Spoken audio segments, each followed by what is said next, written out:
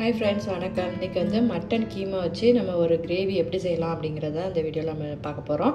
இது வந்து சப்பாத்திக்கு சூப்பரா இருக்கும். வாங்க இப்போ இத எப்படி ரெடி பண்ணலாம்ங்கறத பாத்துறலாம். அதுக்கு வந்து ஒரு 1/2 கிலோ மட்டன் வந்து வாங்கி வச்சிருக்கேன். அதுக்கு அப்புறம் வந்து ஒரு 2 தக்காளி பழம், அதுக்கு அப்புறம் 2 பல்லாரி வெங்காயம் எடுத்து வச்சிருக்கேன். இத ரெண்டையும் நம்ம மிக்ஸில போட்டு நல்லா பேஸ்ட் மாதிரி அரைச்சிட போறோம்.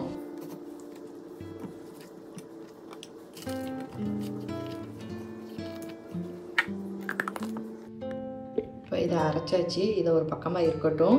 அதுக்கப்புறம் வந்து நம்ம என்ன செய்யலாம் அப்படிங்கிறத பார்க்கலாம்.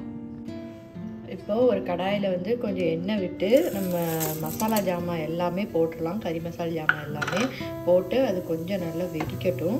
இப்போது அது நல்லா வெடிச்சதுக்கப்புறமா கொஞ்சம் சின்ன வெங்காயமும் கொஞ்சம் பெரிய வெங்காயமும் கட் பண்ணி வச்சுருக்கேன். அதுக்கப்புறம் பச்சை மிளகாய் இது எல்லாத்தையும் வந்து இதில் ஆட் பண்ணி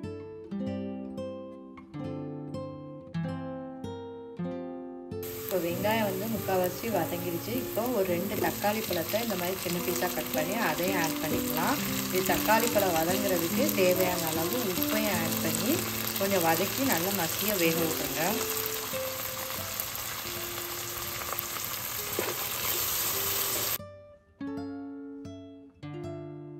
இப்போ வந்து பார்த்திங்கன்னா வெங்காயம் தக்காளி எல்லாமே வதங்கிடுச்சு. இதில் 1 ஸ்பூன் அளவுக்கு இஞ்சி பூண்டு பேஸ்ட் ஆட் பண்ணிக்கலாம். ஆட் பண்ணி இப்போ இதை வந்து நல்லா பச்சை வாசனை போகிற அளவுக்கு வதக்கி வச்சுக்கலாம். இப்போ இஞ்சி பூண்டு வாசனை மாறினதுக்கப்புறமா நம்ம எடுத்து வச்சுட்டு கீமா கறியை இதில் ஆட் பண்ணிடலாம். நான் வந்து கொஞ்சம் மஞ்சள்தூள் போட்டு கழுவி எடுத்து வச்சுருக்கேன். இப்போ இதை வந்து நல்லா அந்த ஆயிலோடு சேர்த்து ஒரு 1 நிமிஷம் வந்து நல்லா அப்படியே பரட்டி விடுங்க. இது ஒரு 2 நிமிஷம் வதங்கட்டும். நம்ம அதுக்கப்புறம் பார்க்கலாம். இப்போ வந்து பார்த்திங்கன்னா நம்ம போட்ட கறி எல்லாமே வந்து லைட்டாக வந்து கலர் மாற ஆரம்பிச்சிருக்கு.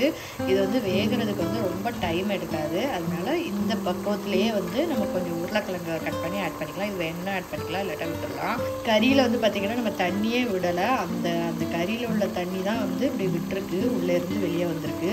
அது கூடயே வந்து ஒரு கைப்பிடி அளவுக்கு புதினா கொத்தமல்லி ஆட் பண்ணிக்கலாம். ஆட் பண்ணிவிட்டு இப்போ இதையும் வந்து லைட்டாக பரட்டி விட்டுருங்க. ஒரு நிமிஷத்துக்கு பரட்டி விட்டுட்டு அடுத்து நம்ம மசாலாலாம் ஆட் பண்ணிட வேண்டியதான். இப்போ அடுத்து நம்ம அரைச்சி வச்சுருக்க தக்காளி வெங்காயம் பேஸ்ட் இருக்குல்ல, அதை வந்து இதில் ஆட் பண்ணிடணும். ஆட் பண்ணி இப்போ இந்த தக்காளி வெங்காயத்தோட பச்சை வாசனை போகிற அளவுக்கு கொஞ்சம் நேரம் அப்படியே வந்து கொதிக்க விட்டுருங்க. இது ஒரு 5 நிமிஷத்துக்கு நல்லா கொதித்து அந்த பச்சை வாசனை மாறட்டும். அதுக்கப்புறம் நம்ம மசாலாவை ஆட் பண்ணிக்கலாம். ஒரு 1/2 ஸ்பூன் அளவுக்கு மஞ்சள் தூள், அப்புறம் ஒரு 1/2 ஸ்பூன் அளவுக்கு மல்லித்தூள், ஒரு 1/2 ஸ்பூன் அளவுக்கு ஜீரகத்தூள், காரத்துக்கு ஏற்ற மாதிரி மிளகாய்த்தூள் ஆட் பண்ணிக்கோங்க. இந்த மிளகாய்த்தூள் காரம் அதிகமாக இருக்குது, அதனால் ஒரு 1/4 டீஸ்பூன் மட்டும் சேர்த்துக்கிறேன். கலருக்காக காஷ்மீரி மிளகாய்த்தூள் ஒரு 1 ஸ்பூன் சேர்த்துக்கிறேன். அடுத்து கரம் மசாலா பவுடர் ஒரு 3/4 ஸ்பூன் ஆட் பண்ணிக்கிறேன். அவ்வளோதான். இதுக்கு தேவையான மசாலா எல்லாம் ஆட் பண்ணியாச்சு. இப்போது இந்த இதோடு சேர்த்து கறியோடு சேர்த்து நல்லா பெரட்டி விட்டுட்டு உங்களுக்கு எவ்வளோ தண்ணி வேணுமோ அதுக்கு ஏற்ற மாதிரி தண்ணி ஊற்றி நல்லா கொதிக்க விட்டு இறக்க வேண்டியது மட்டும்தான் வேலை. இனிமேல் உங்களுக்கு தண்ணி இப்போ நாங்கள் வந்து சப்பாத்திக்கு சாப்பிட போகிறதுனால எனக்கு வந்து இந்த இதே பக்குவமே போதுமாக இருக்குது. உங்களுக்கு வந்து இதை விட தண்ணி வேணும், நீங்கள் ரைஸ்க்கு ஊற்றி சாப்பிட போகிறீங்க அப்படின்னா அதுக்கேற்ற மாதிரி நீங்கள் தண்ணி அட்ஜஸ்ட் பண்ணிக்கோங்க. அதுக்கப்புறம் உப்பு போட மறந்துட்டோம்.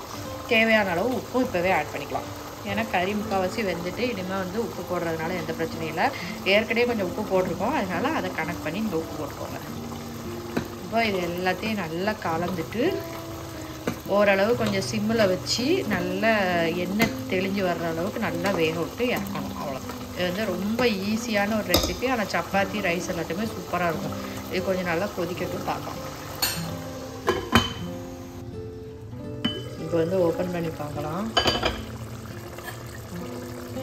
எண்ணெய்லாம் நல்லா சூப்பராக பிரிஞ்சு வந்துட்டு நம்மளுக்கு கறியும் வந்து நல்லா வெந்துடுச்சு. இப்போ இந்த கன்சிஸ்டன்சியே எனக்கு போதுமானதாக இருக்குது. அதனால நான் இப்போ ஸ்டவ் ஆஃப் பண்ணிட போகிறேன். லாஸ்ட்டு கொத்தமல்லி இலை இருந்துச்சுன்னா நீங்கள் தூவி ஸ்டவ் ஆஃப் பண்ணிடலாம். அவ்வளோதான்.